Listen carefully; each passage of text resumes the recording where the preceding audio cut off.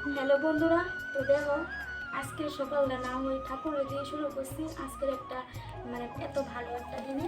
তো সবার প্রথমে তো আমি ঠাকুরের দিন থেকে উঠে জানাইছি পয়লা বৈশাখের অনেক শুভেচ্ছা। তো তোমরাও জানাই যে পয়লা বৈশাখের অনেক শুভেচ্ছা, তোমরা আজকে সবাই দিনটা অনেক ভালো কাটো।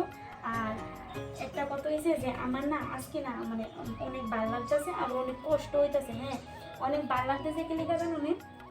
কারণ আমি এতদিন আমার বাড়ির মধ্যে তো আমি পুজো দিতাম, সবসময় দিতে পারতাম না। কিন্তু আজকে আমি কালকে ঠাকুর মাসের কথা কইছে যে আমি পূজা দিতে পারলাম না। তো আজকে মাসে বসে তুই পূজাটা দে।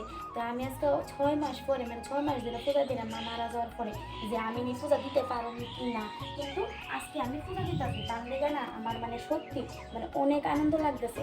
আর কষ্ট হয়েছে এটাই যে এবার দ্বিতীয় পয়লা বৈশাখ যে আমি আমার বাবুরে ছাড়া কাটাইতেছি আর মারে ছাড়া এই প্রথম পয়লা বৈশাখ কাটাইতেছি। আগে তো সকালবেলা ঘুম থেকে ওইটা পূজা টুজা দিয়ে আগে মারে বাবুর নমস্কার করতাম। তো এটি ওর মনে পড়তেছে আর কি।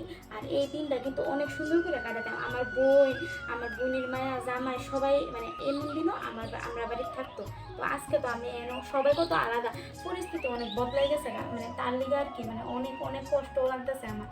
আজকের দিনটা লেগে খুব কষ্ট লাগতেছে, অনেক কিছু মনে পড়তেছে এটাই আর কি।